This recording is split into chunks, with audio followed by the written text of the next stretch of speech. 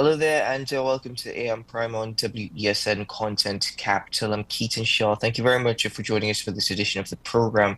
I know there's a lot going on in the sister Isle of Tobago, and the focus has really been around the Tobago Autonomy Bills, one which passed, the other which failed to pass in the lower house on Monday.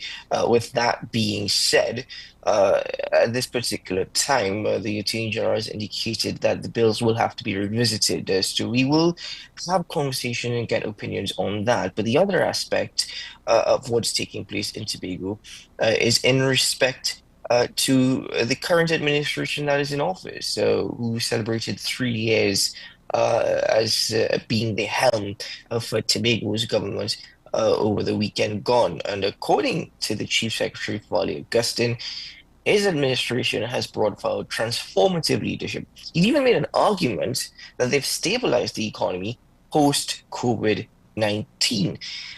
Is that true? Are people experiencing transformative leadership? Has Tobago's economy stabilized? Have they improved the healthcare system, according to the Chief Secretary? Has there been improvements to secondary schools, improvements to salaries, social grants, educational and agricultural services? Well, let's get an idea of what's taking place on the sister island, respect to governance. I'm joined this morning by a lady who is oftentimes quite vocal, joined us recently as part of our post-budget analysis on WESN. Business executive Dan Haddad is with us. Good morning, Miss Haddad, and thank you for joining us. Good morning to you and your listeners and viewers. Hi, good morning, Miss Haddad. Could you hear me? Yes, I'm hearing you. Are you hearing me? Hello? Okay, Miss Haddad, are you with us? Yes, I am. Are you hearing me? Okay, Miss Haddad was with us on the line. Not too sure what has Hello, transpired hello, there. hello, Unfortunately, I hello, know that there were some difficulties on the Sister Isle yesterday. But is Miss Haddad there with us now? hello. Hi, good morning, Miss Haddad. Could you hear me? I'm hearing you. Are you hearing me? I can hear you now. Good morning. Thank you very much for joining us. How are you doing? I'm fine, thank you. Miss Haddad, let's speak about Tobago's economy pre-COVID and post-COVID. And during that time when Tobago would have been experiencing, the whole economy would have been experiencing a decline due to the global pandemic. Would you say that the economy has picked up since? Are you seeing some sort of stability on the island of Tobago?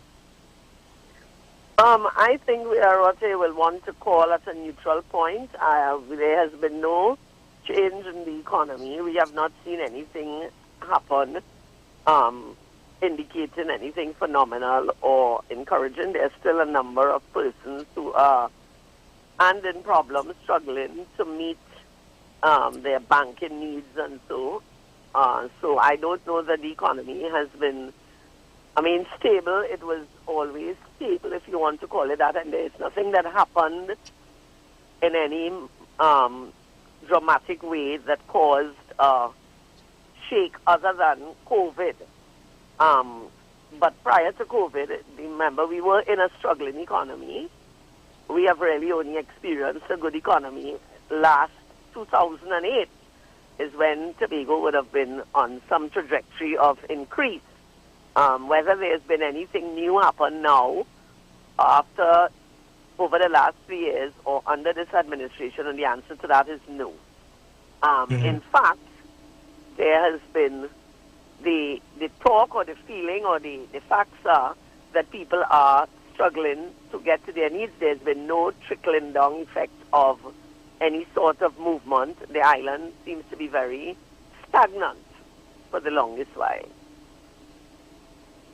Well, that is a very For the entire year, I'm in distribution and retail, and for the entire year, we have had the Trinidad arm or aspect of it, calling, begging for you to take more goods or for more sales or whatever, but nothing happens in Trinidad that Tobago doesn't feel the pain for.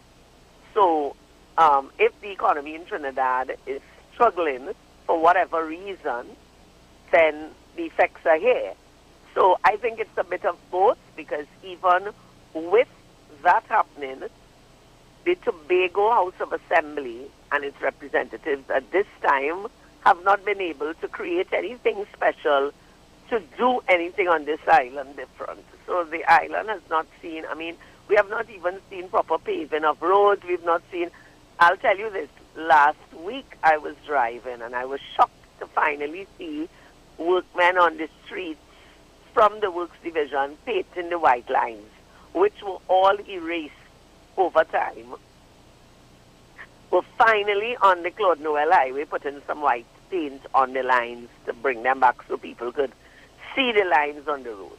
That, for me, is how bad it is. There's been no work going on. I know persons who have done projects, school repair projects in the very first year of the administration, and they have not been fully paid their money as yet, and so I can't say that anything is moving, that any circulation of any special money is moving to create anything special. How significant has that contributed to Tobago's economic woes?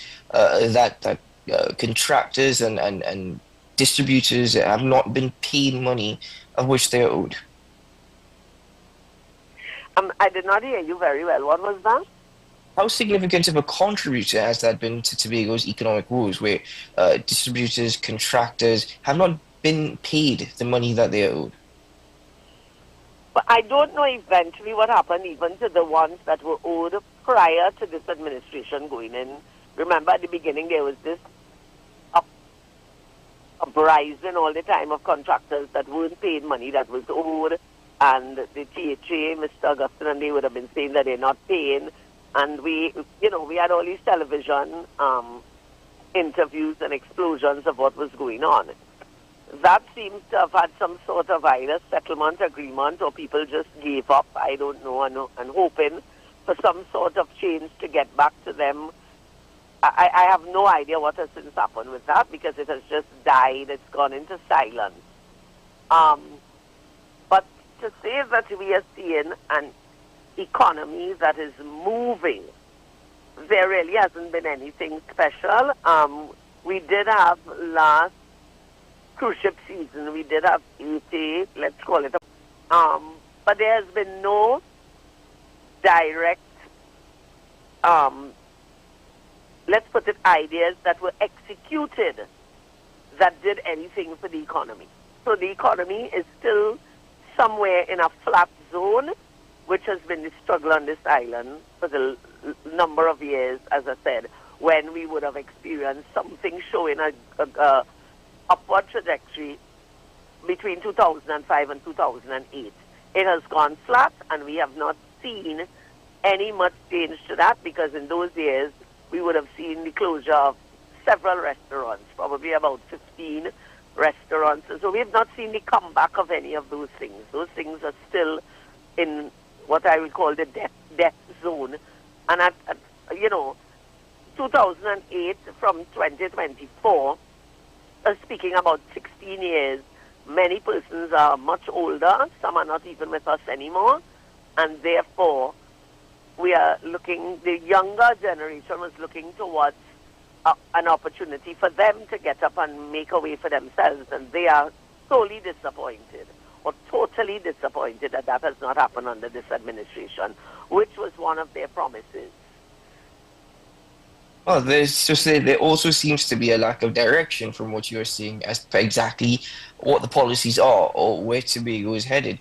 The thing is, Ms. Haddad, from what you've said, is it that tourism on the island itself has stalled?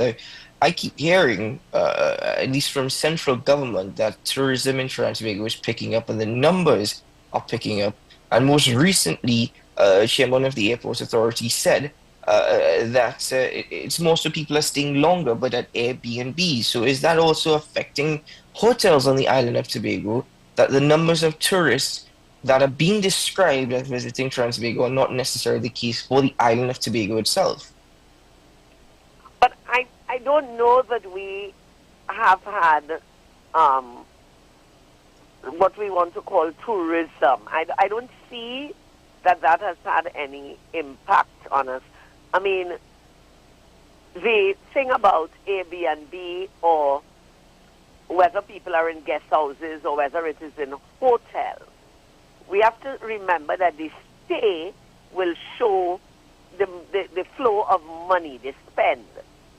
So you will see that flow of spend happening. And I don't think even somebody who comes to stay in an Airbnb, at the end of the day, they're not going to just stay inside of the property. And if they are going to go out and spend. That has not been the case. You are not seeing that. And I want to explain something. The taste or the purchasing of the tourist always is seen by the product choice from the retail trade, even if I wanted to speak about them using Airbnb. The purchasing patterns are different, and it's very, very clear. So, for instance, if we have a yachting customer base coming in, people who come in on their yachts and so, and to get maintenance or whatever, if we have that type of clientele, we sell a lot of canned goods, canned drinks and so, because they purchase differently to carry back onto their yachts and so, right? So you do see the purchasing pattern different according to what is taking place on the island. And the island is small enough for you to see the impact or feel it. So there hasn't been that.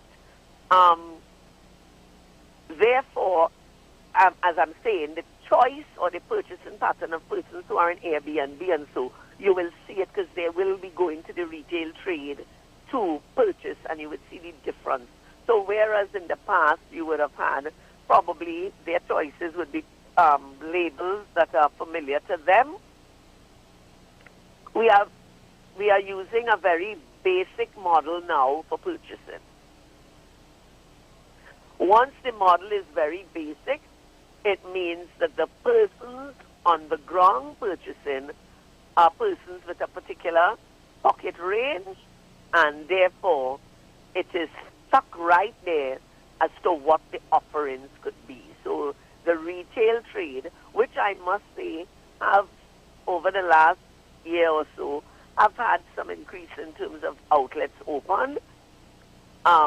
But what we also noticed was a number of small shops and parlors open at people's homes in villages. What that normally indicates are people are looking for a second form of income. And I shouldn't say a second, but another, because I don't know if they already have two. But when you see this opening up of all these parlors, it has to do with the fact that persons are looking for another form of income. And, I mean, we are in that, I am in that business, so you see the difference in everybody suddenly opening up. Whereas that was so before, but as jobs open up and people were more exposed and got into different aspects of business, that was closed over the years, and now people are trying to start up again to probably have some sort of positive impact or opportunity on their income. However, if everybody opens a parlor every couple houses up the road, you find that you don't get very far. You understand me? In terms of it developing into anything positive as a business. Because it is, the competition is all the way, everybody's selling the same thing. A little bit of rice, a little bit of flour, some canned food, basics, all the way going through the villages. Nobody really benefits in any meaningful way. Mm-hmm. So, and then, of course, you are hearing about the crime and the amount of crime situations we have had, which was not the norm, right? Mm-hmm. So it means we are also involved in other sorts of activity which doesn't line up with an environment of positivity, because then the movement becomes even less. And then to top up all of that, we have had licensing torturing people for the year. So there's really been no, what do you want to call it? There hasn't been, the space has not been allowed to enjoy any kind of get up and in the right mood to spend and to move around or whatever. Tobago has experienced not an interesting or a pleasing year for that. It's been quite an interesting year, but nothing that indicates that people are happy to move around as before. And I think that's on in the news, so I'm not saying anything that's out of the ordinary. Actually, it's quite amazing, the crime situation in Tobago. It's something which you never thought you would necessarily see, but it's happening, and it's only getting more and more troublesome. But Miss Haddad, to the main question this morning, and you've laid the platform to answer this, would you say that Tobago has or is experiencing transformative leadership? Transformative leadership being defined, according to the Chief Secretary, as being able to bring about some sort of life and stability to Tobago following the COVID-19 pandemic. I mean, thus far, you've given us a description of the economic situation, but from your perspective, whether it be political or socioeconomic, do you think Tobago has or is experiencing transformative leadership? I find the language is quite interesting. Transformative could mean that I have transformed it from something that was not good to something that is good, or I could also have transformed it from something that was decent or half decent to something that is worse. So transformative is very interesting in terms of the word to describe where we were and where we've moved to. I do not know that there's been anything visual. So there's nothing by the eyes that can be seen that speaks to transformation. There's nothing by the pocket that has been felt, that has been transformative. And the island has really been, unless there's specific, very small group that has benefited, which word is that it hasn't been Tobago, but it has been preferred persons from Trinidad that have benefited from whatever money was spent. There's been nothing eye-opening on the island that speaks to having a transformative experience. And it's been null, it's been non-interactive, it's been, so to me, I don't know, I think people just got very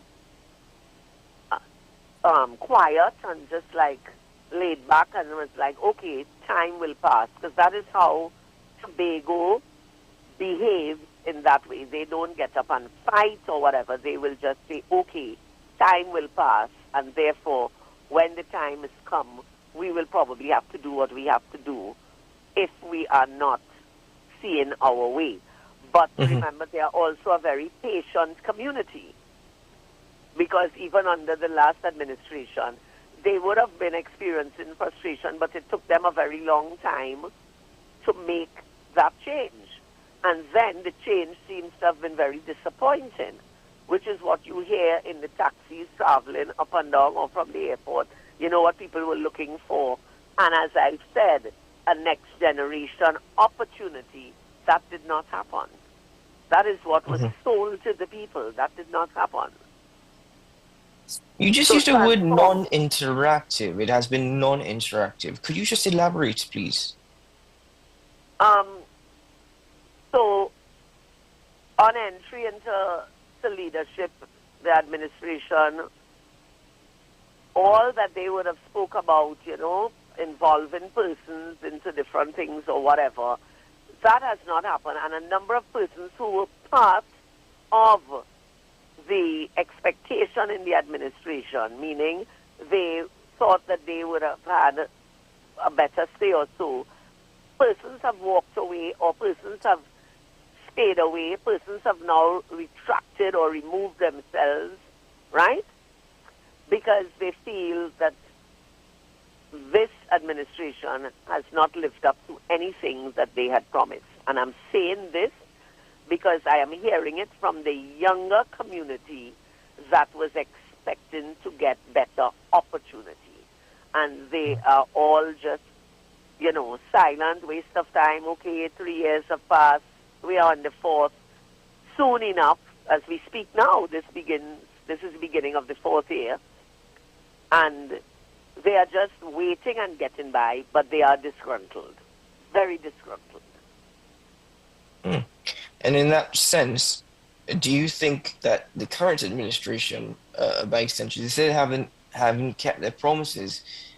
Would you say that they've misled Tobagonians? But I think it would be a number of different factors if we go back to the beginning when Farley and Watson went into something. They would have given people one impression. Remember, they went in as if the people's PDP, the Patriot. Remember that, eh? Yeah. It was the PDP that won an election. It wasn't persons that won an election, and we were in conflict for quite some time with them settling down, and then all of a sudden you have something called a TPP, Tobago People Party, suddenly running the administration and things like that. So it was in turmoil and conflict for quite some time. So they themselves were not in a place settled to take leadership, unfortunately. And I'm saying this today because I was one of the persons on the night that sat for nearly 4 hours or more on the election night, and was quite much, and would admit, was looking forward to the change because we were also at a stalemate under the PNM administration, right? Mm-hmm. And so disappointingly, we were in conflict and turmoil. There were persons who would have worked very hard and tirelessly to ensure that that partnership or alignment had gone into power. And those persons were treated like dogs after. There was absolutely no respect shown of those persons. So I know that there is a lot of not only disappointment, there's a lot of distaste for this administration in terms of the behavior. It's going to be interesting to see what takes place in the next couple of months in terms of them trying to woo people back to some sort of give us your favor and your support. And I know that where help is concerned and where the persons who would have, I want to call it the intellect, the political direction and things like that. And that's not Diane Haddad, let me be clear. I don't know that those persons will be there for them again. I don't know that there's anything they can do to garner that support from that level of Tobago again. At this time, though, do you think that they have been able to convince people of subscribing to the Tobago People's Party? As you said, they went in as the PDP. There was a major fallout. They were independents. Then they formed the TPP. We're heading into an election year. At this point, even though Tobagonians are disgruntled, you also mentioned that they are patient. Do you think that they've been able to get that subscription, that buy-in to the TPP and say, well, listen, this is what we promised you when we won that campaign 3 years ago, and we now have this platform to try and bring it to you, bring all that we spoke about. The TPP is exactly what we're promising. Do you think they've been able to do that? I can't say 100% that my answer would be right, but I can tell you that I don't see that. Mm-hmm. I don't see that. So it would be my personal view, and I would say I don't see that. They're probably going to go on a giveaway spree this year coming to try and, just fool people, the typical formula that is used in politics in this country.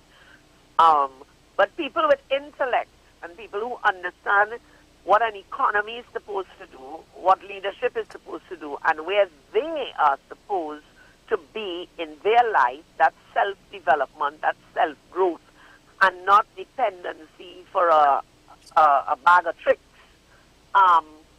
Those persons, I think, and we do have an much more exposed society now, thanks to social media and that type of exposure. I don't know that people are so easily fooled anymore. They will take what you give, but I am not sure that they will be so fooled, because people will be of the mindset or the understanding, what am I leaving behind for my children? Are my children getting the best opportunity in the education system? Are my children enjoying a quality life? Am I able to deliver a quality experience for my children? Am I financially able to support them and to give them a higher education, to give them better opportunities in this world? And that is a total failure. So if people were to put that into perspective, I think people will have the recognition that that's not the best environment. And therefore nothing better has happened for them in the 3-year period as we enter the 4th. In closing, Ms. Haddad, from your perspective, how would you describe Tobago's short-term outlook? Well, I mean, this may sound, but I think we will just continue to plod along. That's what's been happening. So we will continue to plod along, you know. We have not seen, you start up something and you don't see potential growth because there's nothing on the card that speaks to overruns and why we are not able to do things within projected costs and delivery time. But that all ends up in the big word and small circle of corruption. And we need to treat with those things, that's a different conversation. But to say that Tobago needed an airport, needed a place that we can invite people to a great experience on arrival, so that the beginning is a good picture. We have bantered with this for years. So that is the only thing that has been happening, and I want to imagine will complete in 2025. That hopefully brings some reprieve in terms of airline and airlift coming to us, and we become that, however, will take a minimum of a year for airlines to start to put things in place once we see it, because we've made so many promises and not delivered that I don't think too many people are going to take us on unless they physically see that we have delivered and that they can go ahead and make their business plans. So I still think that after that will be at least a year before the airline and airlift industry work with us in a meaningful way. Having said that, there's been nothing else magical that has happened or meaningful to say that there is that direction. So I guess, as you ask, it will be to continue to plod along and don't give up faith. And hope, as the hope logos is with us. So I guess that has some probably spiritual sign that there is hope. Well, we hope so. Ms. Haddad, thank you. Thank you very much for joining us this morning on the program. Thank you for being with us, and thank you for your contribution to the discussion. All the very best to you for the remainder of the season as we head into the new year as well. Well, let me say all the best to everybody. But let me also, just before we close, up to last night, we had TNTech outage. We've been having lousy TNTech service, very much power outages. We've been having surges, badly, right? Yeah. Destroying your equipment in your business places, destroying your things at your home.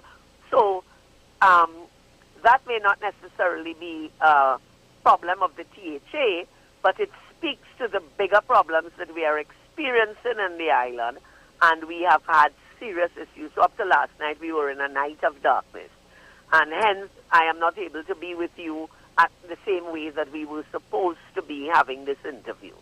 So we need to get this country fixed. And it's been, having said that, it's the season of Christmas, and we celebrate the birth of Christ. That's the whole celebration. So let's wish all the best and let's move into 2025 in hope.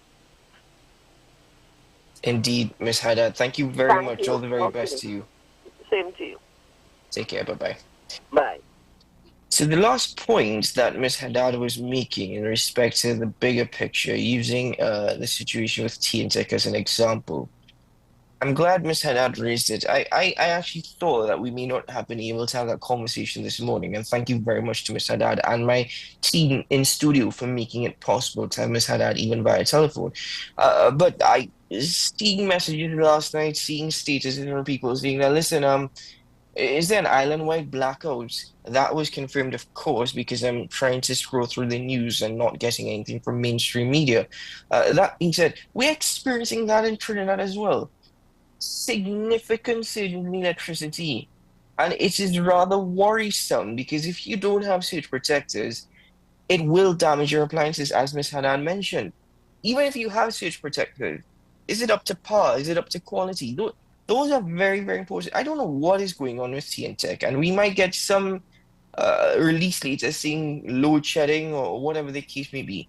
We have been having significant, serious surges in electricity that is very, very worrisome. And I am wondering exactly what is happening at TNTech. I have tried to reach out to TNTech. I have not been successful. And this is me trying to go through, not even call via an individual in the media. This is me trying to use the hotline. But what can I say? I feel like my attitude sometimes in these situations is que sera, sera. I feel like that's just the attitude you're having to adopt at times. Otherwise, you'll just go insane. Ladies and gentlemen, let's take a break here on the program. We will return shortly to continue this morning's discussions. Stay with us.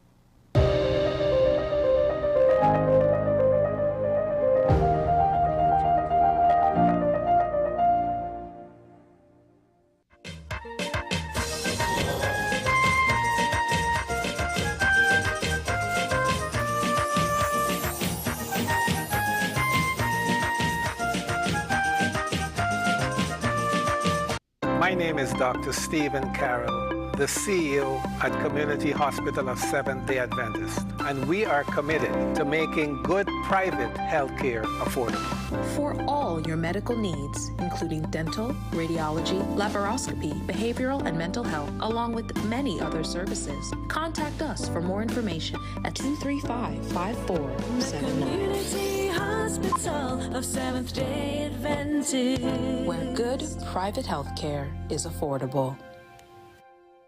Simon's Musical Supplies Limited. We are the specialist in new and used musical instruments, carrying top brands like Yamaha, Pearl River Pianos, Vinyl and Sabian cymbals, Remo and Evans drumheads and Fender guitars, just to name a few. Also a wide assortment of music books, pan and accessories. At Simon's, we service what we sell. Trust the leader. Call us now at 625-6412 or visit us at 20 Board Street, Port of Spain.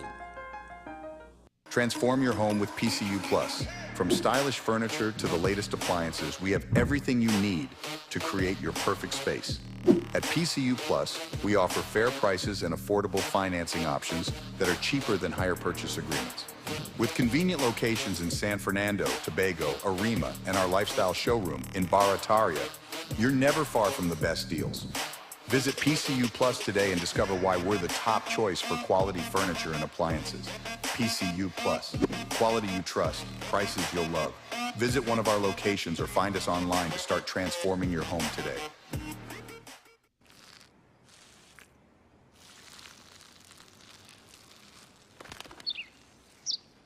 Maybe he landed here totally by coincidence. But if by chance he's admiring your fresh coat of Benjamin Moore soft sky blue, well, that's a pretty high compliment. Coming from an expert.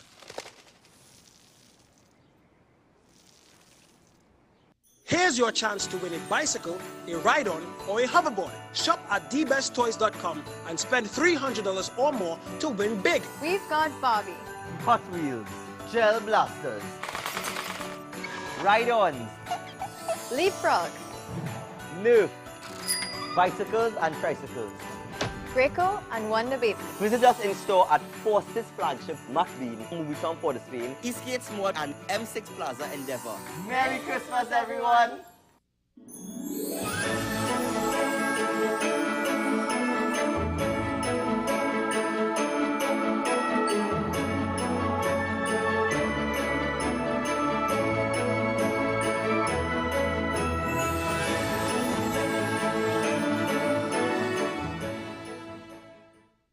Have yourself a merry little Christmas. Have yourself a merry It's very little pretty, Hallie. Christmas. Do you want to know the rest of it? Have yourself a merry little Christmas. It begins with a little girl. I bet you want to be a ballerina when you grow up, huh? What if I'm fat? What if my head's too big? Wait till I'm in 3rd grade. Then I'll pick a career. A little dream. Can I use the lap? Sure. No, we really gotta talk. You can't have Santa Claus for that. And a little magic. To remind us Oh, you're back. I'm back. It's a Santa Claus, not Dear Abby. that Christmas is something to believe in. I had to see him. This is special. Not all mom and dad should get back together, but ours should. What is it? What's wrong with her? She was feeling fine, and all of a sudden, Is mommy coming? wow, you look gorgeous. Paramount Pictures proudly presents a movie about a family, about a wish, and about the miracles that are inside of every heart. Is it too much to ask? Can dreams still come You know, I usually specialize in stuff you can wrap. All I Want for Christmas. Share it with your family this holiday season.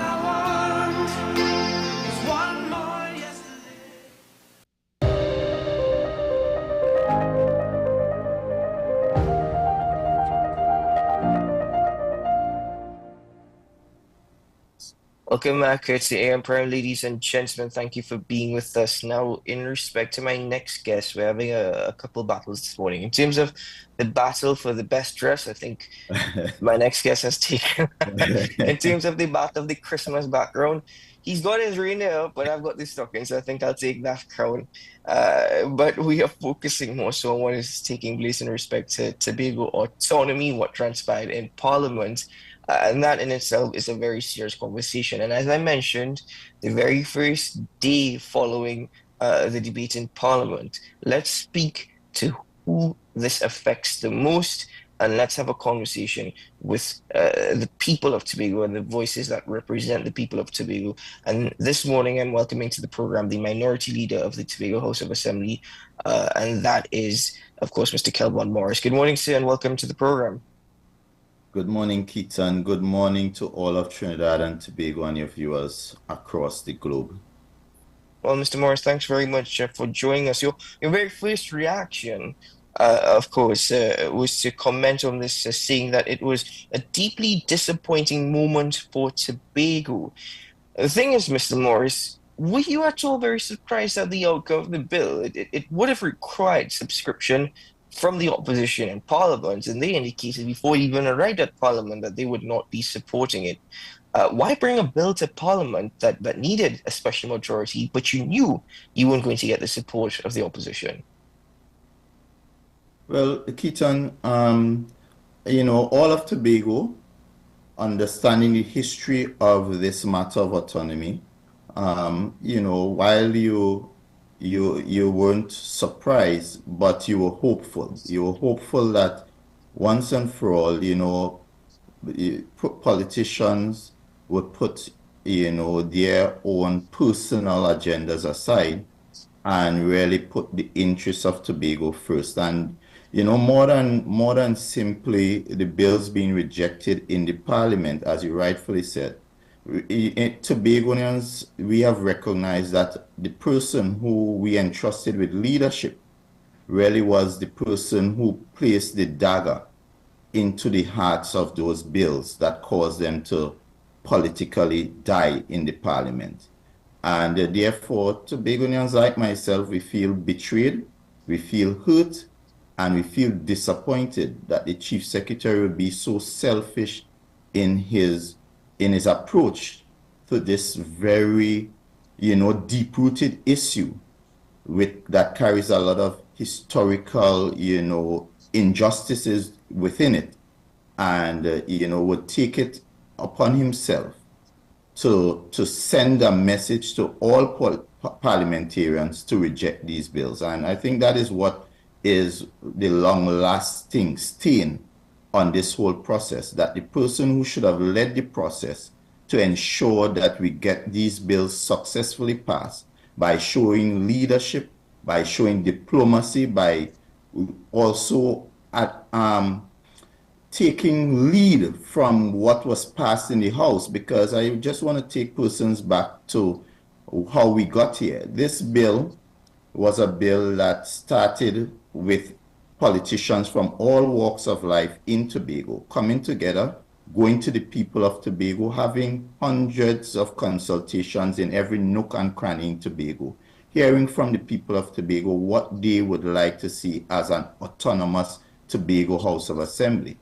And when those ideas, proposals were all received, they then had a forum that brought all Tobagonians together to really decide what aspects of these proposals the majority of people agreed to.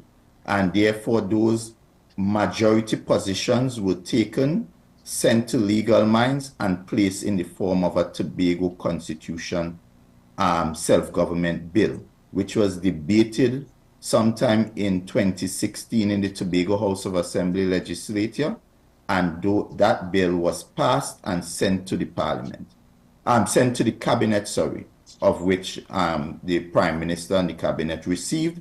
They received it, and it is important to note that they did not even change a comma, they did not change a line, a dot. So it was received as is and laid in the parliament, which was then sent to a JSC. The JSC would have done their work over 2 parliamentary periods. So you had the 2020 period where they saved that work, and then it went into the 2021 period. And then the work of the JSC was then placed into bill into the format of laws. And those bills were then taken back to the people of Tobago. We had some conversations about it. Not everything that was proposed was accepted, and Tobagonians shared their views on that and sent forward amendments. Some of those amendments were accepted, some weren't. But all in all, the position of the reasoned Tobagonian was that, notwithstanding that the bills does not provide Tobago with the entire package of things that Tobago believe is necessary to give them this right to self-determination and manage its affairs, it felt that it got us closer to that dream. And therefore, this is why Tobagonians feel so disappointed that the Chief Secretary, knowing that is the general perception of the Tobago people, would then foist his own selfish agenda and cause these bills to die. So that is where we are. It is one of feeling betrayed, where the Chief Secretary colluded to give the UNC a get out the jail card to reject these bills. Well, actually, Mr. Morris, it's interesting, your perspective, what you put forward. It's very much contradicting what Chief Secretary Foley Gustin said. And I'm quoting from him now, he said, "Regrettably, the bills as carried before Parliament this morning did not quite pan out to the expectation of the average Tobagonian. It seems deliberate that central government from time to time will never get this right." And he went on to say that they need to start this process of consultation again. Let's start this again. He said that specifically. Let's start this again. We didn't even get notice that this was going to be debated in Parliament until the Thursday before. So we didn't even have time to put forward our proposals, our proposed amendments. How do you respond to that? So first thing, the Chief Secretary again is a walking contradiction, because it was the Chief Secretary sometime in February of this year is quoted on a program right in Tobago as saying that the bills are good bills. They just need some minor adjustment. And then his deputy chief secretary echoed those sentiments very recently again, saying the bills are good bills, decent bills, but they just need some minor, some little, she said, adjustments, maybe 3. And she proposed something to treat with the definition of Tobago. And there was a couple other minor amendments that she would have proposed. And then the point about not knowing that these bills were coming to a vote in the parliament is again a contradiction, because it was the chief secretary at the funeral of Mr. Hochoy Charles who was adamant that these bills need to be dealt with, and in honor of Mr. Charles, we should ensure that these bills are dealt with urgently. And the Prime Minister, in response at that very funeral, indicated that those bills will be put to a vote very soon. And then just before the budget, he confirmed that as soon as the budget was budgetary exercise was concluded, those bills will be voted upon. So the Chief Secretary between 2021 to present had ample opportunity to, if he believed that there was a need for more consultation, to do those consultations both in Tobago and Trinidad, because that is what leadership is about. This matter of Tobago self-government is something he campaigned on. He even put together, I don't know if you remember, this thing called a Tobago House. And that is what the office of the Deputy Chief Secretary, we were told, was supposed to achieve. This matter of Tobago's self-government. They even rented a building, paid over $3 million for that building, and no one set foot in that building. That building was also to advance the autonomy dream. So the Chief Secretary failed to do his work. And upon failing to do his work, he then attempted as a last-minute option to get the bills basically stopped, not debated. Imagine you would send to the Prime Minister, a serious Chief Secretary, sending to the leader of this country a WhatsApp, not even a proper communication, WhatsApp communique about his amendments and why the bills should be stopped. And we can't. And if we are being real, how could you take somebody acting in that way as serious? And therefore, for the people of Tobago, from all walks of life, and you're getting this across the aisle, you're seeing even Mr. Watson Duke is saying that the blame of the defeat of these bills lies squarely on the shoulder of the Chief Secretary and the UNC. There's a gentleman, Mr. Anthony James. His view is that we should have a confederation, but notwithstanding that view, he took the reasoned position that at least we should have accepted what was proposed, and then you go on to fight to push again for more and push again. So nothing would have stopped us from having more consultations, more conversations, and restarting the autonomy dream again in terms of getting further. I use the analogy. I'm not too sure if you're familiar with Tobago in its geographical disposition, but there's a village called Hermitage, far northeast, very close to Charlottesville, remote area in Tobago. And therefore, it is very difficult if you don't own a vehicle to get to Scarborough, because you won't get transport passing through there. So you as a gentleman trying to get to Scarborough, and there's this one vehicle. When you stop the vehicle, it stops. But you say to the vehicle, I'm trying to get to the driver, I'm trying to get to Scarborough. Driver says, I'm not going to Scarborough, but I can drop you to Mount St. George, around that area, which is you get closer to Scarborough, knowing fully well that perhaps you may not get another opportunity at getting to Scarborough for another time. Doesn't it make more sense to at least get the drop to Mount St. George or Hope, and then at least you know for a fact you're closer to Scarborough, rather than refuse that job and wait another 10 or 5 or 10 hours, and you know you're trying to advance yourself getting closer to Scarborough. And therefore, this is no different with the bills.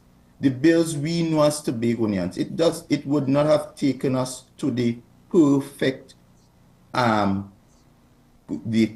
the things we wanted within what we believe is the right to self-determination. But it was going to be Let me ask you very tough. specifically about some of the proposals put forward by the Chief Secretary. He spoke about increased maritime boundaries, I believe, from 6 miles to 11 miles, a larger share of the national budget, I believe, to 8%, autonomy in respect to accessing loans, and to impose taxes and grant concessions, even in respect to being able to have not just administrative powers and authority, but legislative powers and authority. These are very, very key things if you ask an average person in respect to having some sort of autonomy or self-determination. Why is this that this wasn't considered in the bills put forward on the Parliament on Monday? Why weren't these things included? Keaton, I'm not too sure you had an opportunity to see the bills. The chief, that amendment about nautical miles, that was an amendment proposed on June 29, 2021. And that amendment was accepted, and in fact, that amendment was included, where the THA would now have jurisdiction over 11 nautical miles. So that was included. And the issue of allocation, the THA currently, by law, based on the DRC Dispute Resolution Commission's judgment, would have given a band of 4.03 to 6.9. And we all know traditionally we get closer to the 4.03. That was now within this bill. So that was a discretionary arrangement where they can use their discretion and give you, once they stay within that band, they are within the law. You were getting a guaranteed minimum of 6.8. That was a starting point that nobody could have arbitrarily just changed. And that 6.8 really, in dollars and cents, would have been an additional $1.5 billion more. The budget, just take into perspective, the budget for this year that the Chief Secretary asked for from the central government was about 5.9%, which was about 3-point-something billion. So you were getting even more than what you are saying currently is sufficient to run the island's affairs. And therefore, to say because you weren't, or you wanted more, because you weren't getting 8%, that you're going to refuse 6.8% guaranteed. And more than that, there was a provision in the bill called the Fiscal Review Commission. That Fiscal Review Commission was placed there to ensure that if there's any specific development activity or project that the THA felt important to Tobago's development thrust, that would be also considered in addition to the minimum. So whereas he's pushing for, there's already provisions in there for Tobago to get more. And the point about it, it said a minimum of 6.8. It didn't say 6.8 as just the cap. So it meant that you could have gotten 8, you could have gotten 10. It really didn't restrict. But Mr. Morris, I'm sorry, but is a bill necessary for that? You know, does a bill have to be passed to say that Tobago can get 6.8% in the next national budget, for example? Why is it that now the current central government cannot give Tobago 6.8%? Surely there does need to be a bill to say that this is what we got, a minimum of 6.8. Surely now the government can give 6.8. Well, because it is discretionary, and because it's discretionary and you are not breaking the law, nobody could fault you for not giving us 6.8 or 6.9 per se. But if it is something that is passed in a law that says you must give 6.8, then nobody can take that away from you. And therefore, as we said, if you're getting an arrangement that is guaranteed, you prefer to stay with an arrangement that is arbitrary? Because the reality is, the question Tobagonians are asking themselves, Now that the Chief Secretary has rejected this bill, colluding and conspiring with the UNC to deny Tobagonians all these benefits, the increased allocation, $4.5 billion or so, the ability, one of the most fundamental things, the ability to make law for the good governance and peace and order of the people of Tobago. You have denied the public servants, because right now we have teachers who are on contract and cannot get their issues properly addressed because of the way the Teaching Service Commission is currently organized. And the Public Service Commission, people are acting for years and years and cannot be confirmed. You have denied all these people their opportunity to have their business fixed. And now that you have denied them that, what are we left with? Isn't this an issue that started under?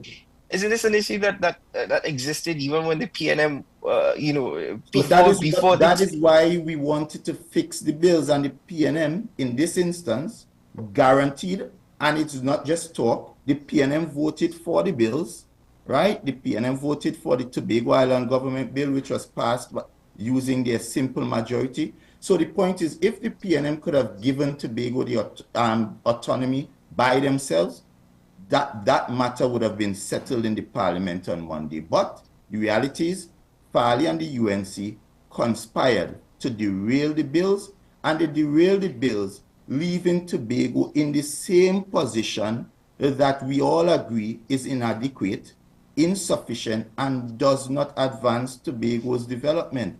So you throw away the baby with the bathwater, and what you are left with, because this process, what Tobagonians are wary of, is that you now have to start this process all over again. And it, I said it in on another space, that what Mr. Charles and Mr. London achieved should not be taken for granted, because it's not too often you would get politicians mature enough to put aside political differences for the greater good of an island or a country. And I'm not too sure, because now Tobagonians are facing autonomy fatigue.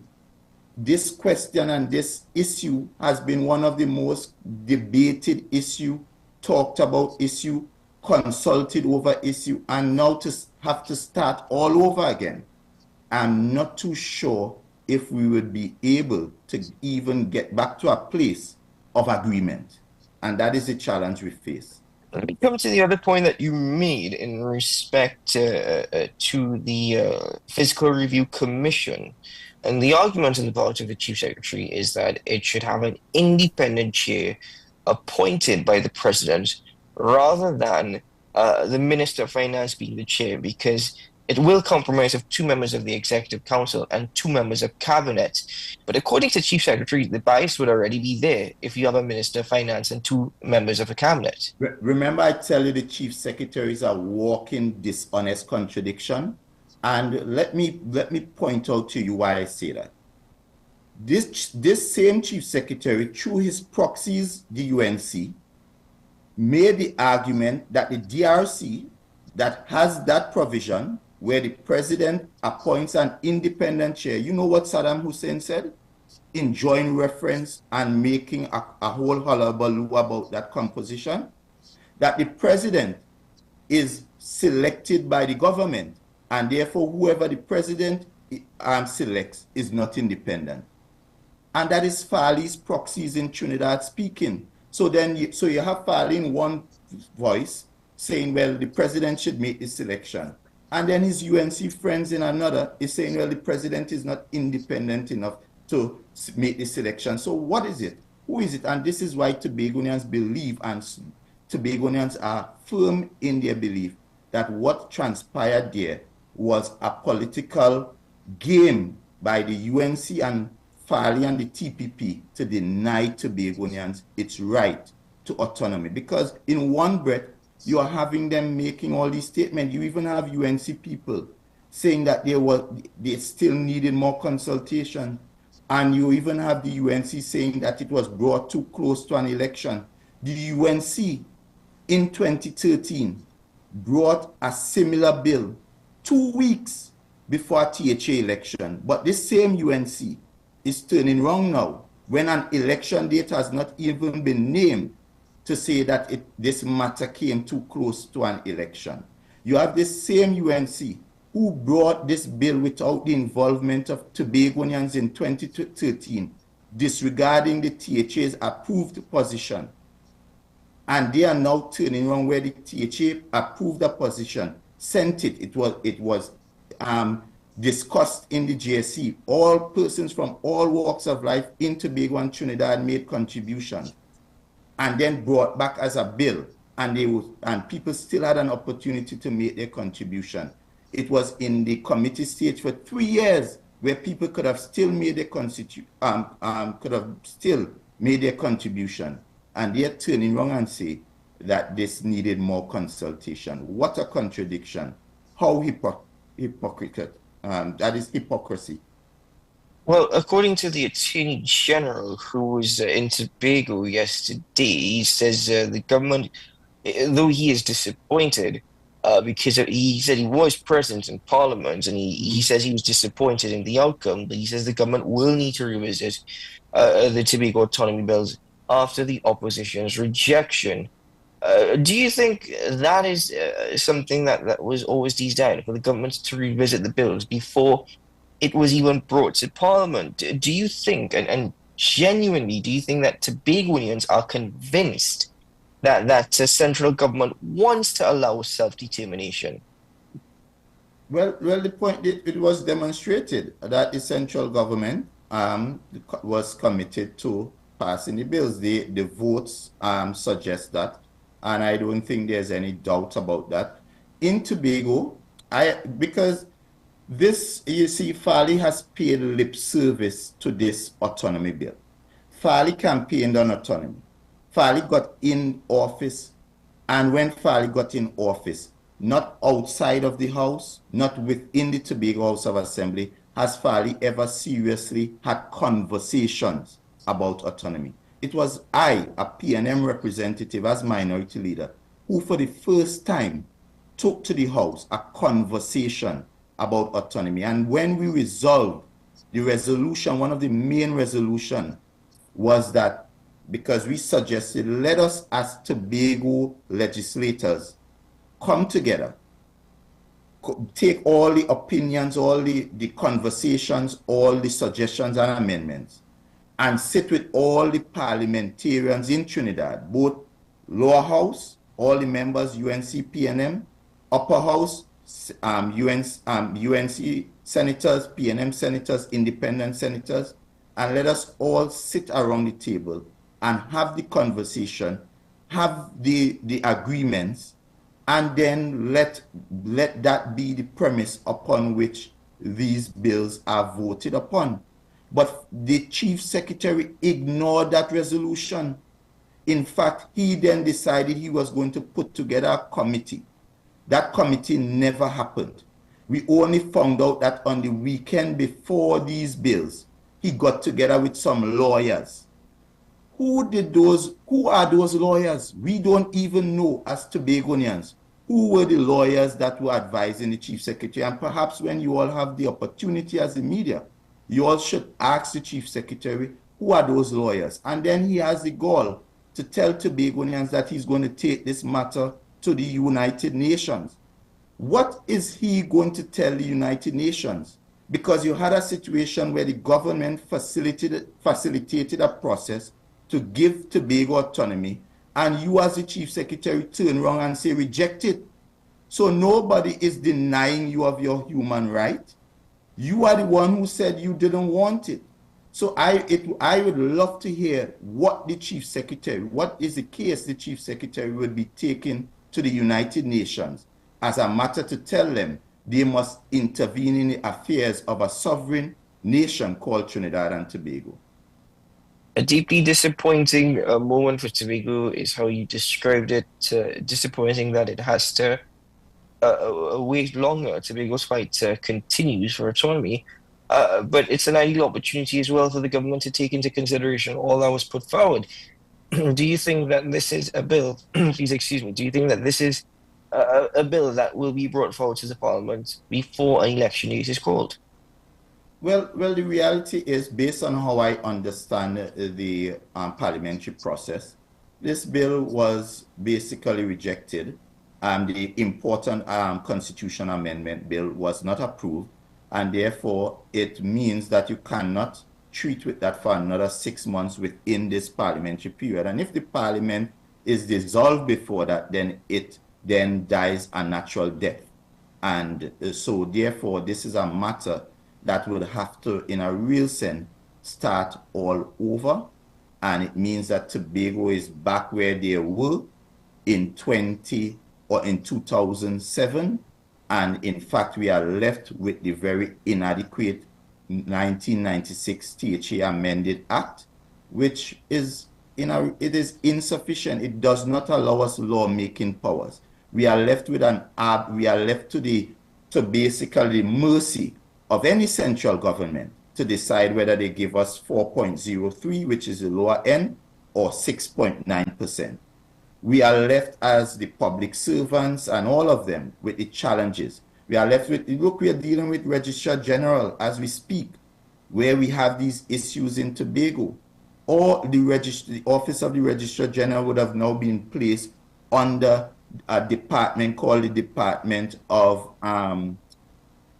I think something akin to the Attorney General, the Ministry of the Attorney General.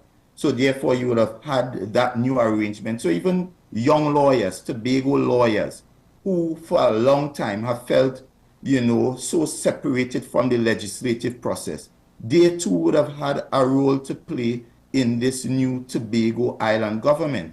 And therefore, the benefits, and this is the main thing that got Tobagonians excited.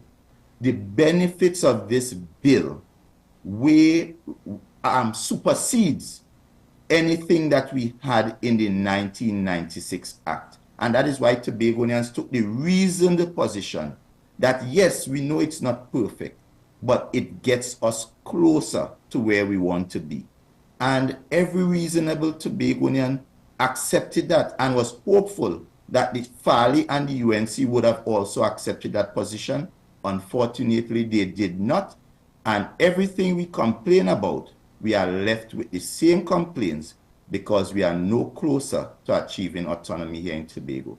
Very disappointed, we feel hurt, and we feel betrayed by our Chief Secretary, who ought to be the person ensuring that he leads this process and ensuring that we are successful.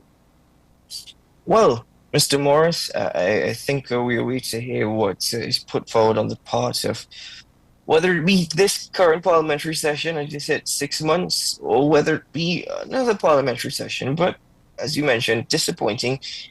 The wait continues. But thank you for joining us for that particular conversation. Before we bid farewell, though, I think that putting all this heaviness aside for a moment, it is a season of merriment and festivity. At least it's supposed to be. And I believe that you are doing your part under your jurisdiction to really bring some sort of merriment and cheer to the children of your community. Certainly, the Christmas is one of my favorite seasons of the year. Mine too. I've always said Christmas is for children. So, we'll be doing our bit in ensuring that we bring cheers to all the children within my electoral district. So this weekend we have our Christmas Children's Extravaganza. We're expecting over 700 children in an electoral district that is about 5,000 people. So it's a lot of children coming together, a lot of families coming together as well. So I look forward to hosting them. And, from the Office of the Minority Leader, from the Office of the Area Representative for Darrell Spring WIM, and from my family to all of Trinidad and Tobago, I want to take this opportunity to also wish you all the best of the season. And may God continue to keep us as a nation, as Tobago, Trinidad and Tobago, united and strong. May God bless us all. Wise words there. Thank you very much for those sentiments expressed, Mr. Morris. Indeed, all the very best to you, your family, and of course the people of Darrell Springwim, and by extension, all of Trinidad and Tobago for this festive season. Thank you very much for joining us this morning, Thank sir. you so much, Keaton, and have a good one. You too. All the very best. Take care. Thank you. Well, ladies and gentlemen, what a good way to end a very heavy conversation. Even in the midst of all the frustrations, whatever the case may be, there's still some merriment and cheer involved. Thank goodness for Christmas, as Queen Ban said, thank God it's Christmas. We all need a bit of Christmas in our life. Well, I think the birds are standing outside my window and starting to sing, and that is my signal to say that AM Prime has now come. This edition of AM Prime has come to a close. Thank you very much to all my guests for joining me on the program this morning. And of course, to my team in studio who did excellent, because I know that Tobago had some difficulties last night, but getting Miss Haddad on, and of course, Mr. Morris. Thank you very much to my team, Marlwood, Elijah, I think, Junior, of course, and Rise Gomez-Burke, the very extra senior citizen we have in WESN, and of course, Naomi McNish for producing the program. I'm Keaton Shaw, reminding you today is a good day to have a good day, and let's all do our part to keep TNT sweet. Make it a bit more sweet, actually. We'll see you again very soon. Bye-bye.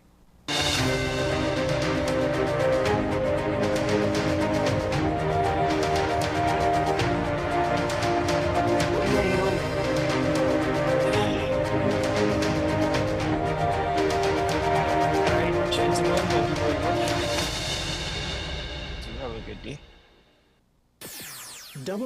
WESN.